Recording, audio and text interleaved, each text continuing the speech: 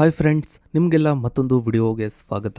Friends, ರಾಜಕೀಯಕ್ಕೆ ಪ್ರವೇಶಿಸುವ ಮೊದಲು ರಾಹುಲ್ ಗಾಂಧಿಯವರ ವೃತ್ತಿ ಜೀವನ ಹೇಗಿತ್ತು, ರಾಜಕೀಯ ಪ್ರವೇಶದ ಸಂದರ್ಭದಲ್ಲಿ ಇವರ ಒಟ್ಟು ಆಸ್ತಿ, ಸಂಪತ್ತು ಮತ್ತು ಆದಾಯದ ಮೂಲವೇನು, ರಾಜಕೀಯ ಪಯಣ ಆರಂಭವಾದ ಮೇಲೆ ಇವರ ಆಸ್ತಿ ಸಂಪತ್ತಿನಲ್ಲಿ ಆದ ಬೆಳವಣಿಗೆ ಅಥವಾ ಬದಲಾವಣೆಗಳೇನು, ರಾಹುಲ್ ಗಾಂಧಿಯವರ ವೈಯಕ್ತಿಕ ಅದರಲ್ಲೂ ಆರ್ಥಿಕ ಜೀವನದ ಬಗ್ಗೆ ನಿಮಗೆ ತಿಳಿಯದ ಸಾಕಷ್ಟು ವಿಚಾರಗಳನ್ನು ಹೇಳ್ತಾ ಇದ್ದೀವಿ. ಹೀಗಾಗಿ ವಿಡಿಯೋವನ್ನು ಎಲ್ಲೂ ಸ್ಕಿಪ್ ಮಾಡದೆ ಸಂಪೂರ್ಣವಾಗಿ ನೋಡಿ. ಫ್ರೆಂಡ್ಸ್, ರಾಹುಲ್ ಗಾಂಧಿಯವರ ಹಣಕಾಸಿನ ಪಥವು ಶೈಕ್ಷಣಿಕ ಹಿನ್ನೆಲೆಗೆ ತಕ್ಕಂತೆ ವೃತ್ತಿಪರ ನಿರ್ವಹಣಾ ಸಲಹಾ ಕ್ಷೇತ್ರದಲ್ಲಿ ಪ್ರಾರಂಭವಾಗಿ ನಂತರ ರಾಜಕೀಯದಲ್ಲಿ ಸಂಸದರಾಗಿ ಸೇವೆ ಸಲ್ಲಿಸಿದ ನಂತರ ಸ್ಥಿರ ಮತ್ತು ವೈವಿಧ್ಯಮಯ ಸಂಪತ್ತಿನ ಸಂಗ್ರಹಕ್ಕೆ ಕಾರಣವಾಗಿದೆ. ಇವರ ಘೋಷಿತ ನಿವ್ವಳ ಮೌಲ್ಯವು ಕಳೆದ 2 ದಶಕಗಳಲ್ಲಿ ಗಮನಾರ್ಹ ಬೆಳವಣಿಗೆಯನ್ನ ಕಂಡಿದೆ. ಕೇಂಬ್ರಿಡ್ಜ್ ಯೂನಿವರ್ಸಿಟಿಯಲ್ಲಿ ಪದವಿಯನ್ನ ಪಡೆದ ನಂತರ ಇವರು ಲಂಡನ್ನಲ್ಲಿರುವ ಮಾನಿಟರ್ ಗ್ರೂಪ್ನಂತಹ ಉನ್ನತ ನಿರ್ವಹಣಾ ಸಲಹಾ ಸಂಸ್ಥೆಗಳಲ್ಲಿ ತಮ್ಮ ವೃತ್ತಿಪರ ಪ್ರಯಾಣವನ್ನ ಪ್ರಾರಂಭಿಸಿದರು. ಭಾರತಕ್ಕೆ ಮರಳಿದ ನಂತರ ಇವರು ಮುಂಬೈನಲ್ಲಿ backs of service private limited ಎಂಬ ತಂತ್ರಜ್ಞಾನ ಹೊರಗುತ್ತಿಗೆ ಸಂಸ್ಥೆಯನ್ನು ಸಹ ಸ್ಥಾಪಿಸಿದರು.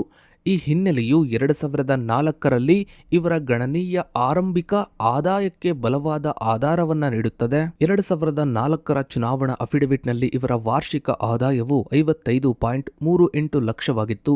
ರಾಜಕೀಯ ಕ್ಷೇತ್ರಕ್ಕೆ ಪ್ರವೇಶಿಸಿದ ನಂತರ ಇವರ ಒಟ್ಟು ಘೋಷಿತ ಆಸ್ತಿಗಳು 2014ರಲ್ಲಿ 9.4 ಕೋಟಿ ಮತ್ತು 2019ರಲ್ಲಿ 15.89 ಕೋಟಿಗೆ ಏರಿತ್ತು. ಇನ್ನು 2024ರ ಲೋಕಸಭಾ ಚುನಾವಣೆಯಲ್ಲಿ ಇವರು ಒಟ್ಟು ಘೋಷಿತ ಆಸ್ತಿಗಳು ಸುಮಾರು 20.40 ಕೋಟಿ ತಲುಪಿವೆ. ಈ ಒಟ್ಟು ಆಸ್ತಿಗಳಲ್ಲಿ ಚರಾಸ್ತಿಗಳು 9.25 ಕೋಟಿ ಮತ್ತು ಸ್ಥಿರಾಸ್ತಿಗಳು 11.15 ಕೋಟಿ ಸೇರಿವೆ. ಚರಾಸ್ತಿಗಳು ಪ್ರಮುಖವಾಗಿ ವೈವಿಧ್ಯಮಯ ಷೇರುಗಳು ಮತ್ತು ಮ್ಯೂಚುವಲ್ ಫಂಡ್ಗಳಲ್ಲಿನ ಹೂಡಿಕೆಗಳ ಮೇಲೆ ಕೇಂದ್ರೀಕೃತವಾಗಿದೆ. ಸ್ಥಿರಾಸ್ತಿಗಳಲ್ಲಿನ ಗುರುವಾಂಗ್ನಲ್ಲಿರುವ ಸ್ವಯರ್ಜಿತ ವಾಣಿಜ್ಯ ಕಚೇರಿ ಸ್ಥಳವು ಪ್ರಮುಖವಾಗಿದೆ. ಇವರ ಹಣಕಾಸಿನ ರಚನೆಯು ಯಂಗ್ ಇಂಡಿಯನ್ನಂತಹ ವಿವಾದಾತ್ಮಕ ಹಿಡುವಳಿಗಳನ್ನು ಒಳಗೊಂಡಿದೆ. ಅಲ್ಲಿ ಘೋಷಿತ ಷೇರು ಮೌಲ್ಯ ಮತ್ತು ರಿಯಲ್ ಎಸ್ಟೇಟ್ನ ಆಪಾದಿತ ಮೌಲ್ಯ ನಡುವಿನ ಮಹತ್ವದ ವ್ಯತ್ಯಾಸವಿದೆ. ರಾಹುಲ್ ಗಾಂಧಿಯವರ ರಾಜಕೀಯೇತರ ವೃತ್ತಿಜೀವನ ಮತ್ತು ಶೈಕ್ಷಣಿಕ ಅರ್ಹತೆಗಳು ಇವರ ಆರ್ಥಿಕ ವಿವರಣೆಗೆ ಪ್ರಮುಖ ಮತ್ತು ಹೆಚ್ಚು ಆದಾಯದ ಮೂಲವನ್ನು ಒದಗಿಸುತ್ತವೆ. 2004 ಮತ್ತು 2014ರ ನಡುವಿನ ಅವಧಿಯು ಘೋಷಿತ ಆದಾಯ ಮತ್ತು ಆಸ್ತಿ ಮೌಲ್ಯದಲ್ಲಿ ತೀವ್ರ ಏರಿಕೆಯನ್ನ ಕಂಡಿತ್ತು. ಈ ಅವಧಿಯಲ್ಲಿ ವಾರ್ಷಿಕ ಆದಾಯವು ಗಣನೀಯವಾಗಿ ಹೆಚ್ಚಾಯಿತು. ರಾಜಕೀಯ ಪ್ರತಿಸ್ಪರ್ಧಿಗಳು ಕಾಣುವ ಮೂಲವಿಲ್ಲದೆ ರಾಹುಲ್ ಗಾಂಧಿ ಅಭಿವೃದ್ಧಿ ಮಾದರಿ ಏನು ಎಂದು ಪ್ರಶ್ನಿಸಿದರು. ಹಣಕಾಸು ವಿಶ್ಲೇಷಣೆಯ ದೃಷ್ಟಿಕೋನದಿಂದ ಈ ಅವಧಿಯ ಆಸ್ತಿ ಮೌಲ್ಯದ ಜಿಗಿತವು ಇವರ ಅತಿದೊಡ್ಡ ಸ್ವಯಾರ್ಜಿತ ಆಸ್ತಿಯನ್ನು ಖರೀದಿಸಿದ ಅವಧಿಯೊಂದಿಗೆ ಸೇರಿಕೊಳ್ಳುತ್ತದೆ. 2014ರ ಅಫಿಡವಿಟ್ಗೆ ಸ್ವಲ್ಪ ಮೊದಲು ಅಂದರೆ 2012ರ ಡಿಸೆಂಬರ್ನಲ್ಲಿ ಇವರು ಗುರುವಾಂಗ್ನಲ್ಲಿ ವಾಣಿಜ್ಯ ಕಚೇರಿ ಸ್ಥಳವನ್ನ 7.93 ಕೋಟಿ ವೆಚ್ಚದಲ್ಲಿ ಖರೀದಿಸಿದರು. ಈ ಬೃಹತ್ ರಿಯಲ್ ಎಸ್ಟೇಟ್ ಹೂಡಿಕೆಯು ಇವರ ವೃತ್ತಿಪರ ಗಳಿಕೆಗಳಿಂದ ಹರಿಯುತ್ತಿದ್ದ ಗಣನೀಯ ಬಂಡವಾಳದ ಅಸ್ತಿತ್ವವನ್ನು ಸೂಚಿಸುತ್ತದೆ ಮತ್ತು 2014ರ ಆಸ್ತಿ ಮೌಲ್ಯದ ಏರಿಕೆಗೆ ಮುಖ್ಯ ಕಾರಣವಾಗಿದೆ. ಇನ್ನು 2019 ಮತ್ತು 2024ರ ನಡುವೆ ಆಸ್ತಿಗಳು ಸ್ಥಿರ ಬೆಳವಣಿಗೆಗಳನ್ನು ಕಂಡವು. 15.89 ಕೋಟಿಯಿಂದ 20.40 ಕೋಟಿಗೆ ಏರಿತ್ತು. ಈ ಅವಧಿಯ ಒಂದು ಗಮನಾರ್ಹ ಅಂಶವೆಂದರೆ ಹೊಣೆಗಾರಿಕೆಗಳ ಇಳಿಕೆ. ಒಟ್ಟು ಹೊಣೆಗಾರಿಕೆಗಳು 2019ರಲ್ಲಿ 72 ಲಕ್ಷದಿಂದ 2014ರಲ್ಲಿ 49.8 ಲಕ್ಷಕ್ಕೆ ಇಳಿದಿವೆ. ಆಸ್ತಿಗಳ ಮೌಲ್ಯ ಹೆಚ್ಚುತ್ತಿದ್ದಂತೆ ಒಟ್ಟು ಹೊಣೆಗಾರಿಕೆಗಳು ಸುಮಾರು 22 ಲಕ್ಷ ಕಡಿಮೆಯಾಗುತ್ತಿರುವುದು ಉತ್ತಮ ಹಣಕಾಸು ನಿರ್ವಹಣೆಯನ್ನ ಸೂಚಿಸುತ್ತದೆ. ಈ ಬೆಳವಣಿಗೆಯು ಬಂಡವಾಳ ಲಾಭಗಳು, ಬಾಡಿಗೆ ಆದಾಯ ಮತ್ತು ಸಂಸದರ ವೇತನದಿಂದ ಬರುವ ಸ್ಥಿರ ಆದಾಯದ ಹರಿವಿನ ಮೂಲಕ ಸಂಪಾದಿತ ಆಸ್ತಿಗಳು ಆಕ್ಟಿವ್ ಆಗಿ ಹೆಚ್ಚಾಗುತ್ತಿರುವುದು ಮತ್ತು ಅಸ್ತಿತ್ವದಲ್ಲಿರುವ ಸಾಲಗಳನ್ನು ಇಳಿಸುತ್ತಿರುವುದನ್ನು ಸೂಚಿಸುತ್ತೆ.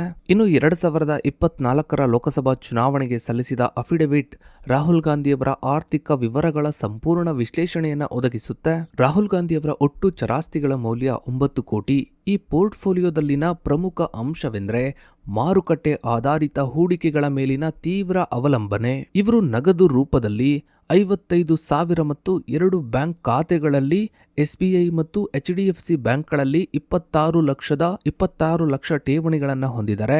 ಸಾರ್ವಜನಿಕ ಭವಿಷ್ಯ ನಿಧಿ ಅಂದರೆ PPF ಖಾತೆಯಲ್ಲಿ 61 ಲಕ್ಷ ರೂಪಾಯಿ ಉಳಿತಾಯವಿದೆ.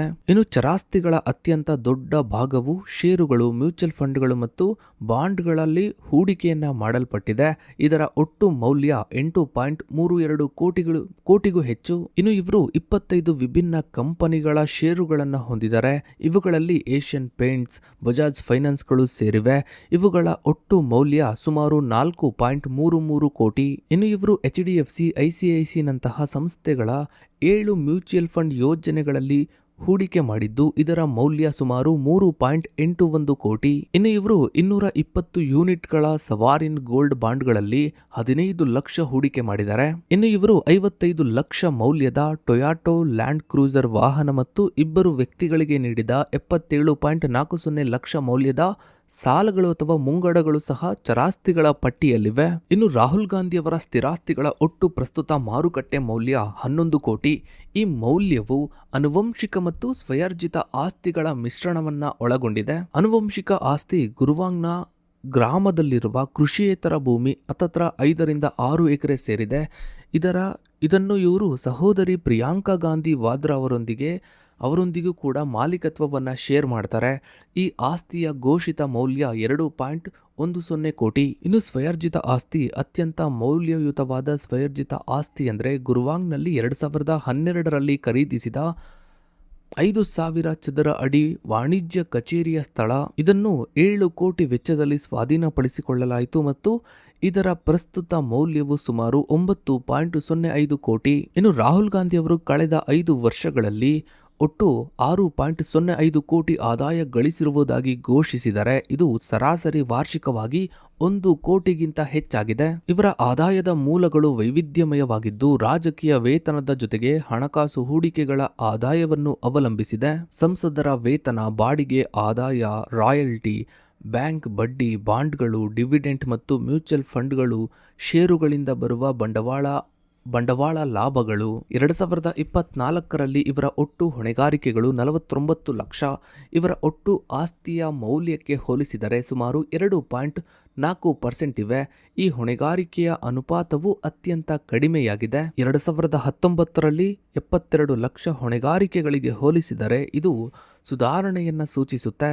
ಇದು ಉತ್ತಮ ಸಾಲ ನಿರ್ವಹಣೆಯನ್ನ ಸೂಚಕವಾಗಿದೆ. ಇನ್ನು ರಾಹುಲ್ ಗಾಂಧಿ ಅವರ ಕೆಲವು ಹಿಡುವಳಿಗಳು ಮತ್ತು ಆಸ್ತಿ ಸ್ವಾಧೀನಗಳು ಸಾರ್ವಜನಿಕ ಮತ್ತು ಕಾನೂನು ಸ್ವರೂಪದ ವಿವಾದಗಳನ್ನು ಹುಟ್ಟುಹಾಕಿದೆ. ವಿಶೇಷವಾಗಿ ಘೋಷಿತ ಮೌಲ್ಯಗಳು ಮತ್ತು ಆಪಾದಿತ ಮೌಲ್ಯಗಳ ನಡುವಿನ ವ್ಯತ್ಯಾಸಕ್ಕೆ ಸಂಬಂಧಿಸಿದಂತೆ. ಇನ್ನು ಬಿಹಾರ್ ಚುನಾವಣೆಯ ಫಲಿತಾಂಶದ ಬಳಿಕ ಕಾಂಗ್ರೆಸ್ ನಾಯಕತ್ವ ಬದಲಾವಣೆ ಆಗುತ್ತೆ ಅನ್ನೋ ಬಗ್ಗೆ ತುಂಬಾ ದೊಡ್ಡ ಮಟ್ಟದಲ್ಲಿ ಚರ್ಚೆಗಳು ಕೂಡ ನಡೀತಾ ಇದೆ. ಸೊ ಫ್ರೆಂಡ್ಸ್, ಇದಾಗಿತ್ತು ಇವತ್ತಿನ ಈ ಒಂದು ವಿಡಿಯೋದ ಬಗ್ಗೆ ನಿಮ್ಮ ಅನಿಸಿಕೆ ಅಭಿಪ್ರಾಯಗಳನ್ನು ತಪ್ಪದೆ ಕಮೆಂಟ್ ಸೆಕ್ಷನ್ನಲ್ಲಿ ಕಮೆಂಟ್ ಮಾಡಿ. ಹಾಗೆ ವಿಡಿಯೋಗೊಂದು ಲೈಕ್ ಮಾಡ್ತಾ ವಿಡಿಯೋನ ಆದಷ್ಟು ಎಲ್ಲ ಕಡೆ ಶೇರ್ ಮಾಡಿ. ನೀವಿನ್ನು ನಮ್ಮ ಚಾನಲ್ಗೆ ಸಬ್ಸ್ಕ್ರೈಬ್ ಆಗಿಲ್ಲ ಅಂದರೆ ಕೆಳಗಡೆ ಕಾಣೋ ಸಬ್ಸ್ಕ್ರೈಬ್ ಬಟನ್ನ ಕ್ಲಿಕ್ ಮಾಡಿ. ಹಾಗೆ ಪಕ್ಕದಲ್ಲಿ ಕಾಣೋ ಬೆಲ್ ಐಕಾನ್ ಕೂಡ ಕ್ಲಿಕ್ ಮಾಡಿ. ಥ್ಯಾಂಕ್ಸ್.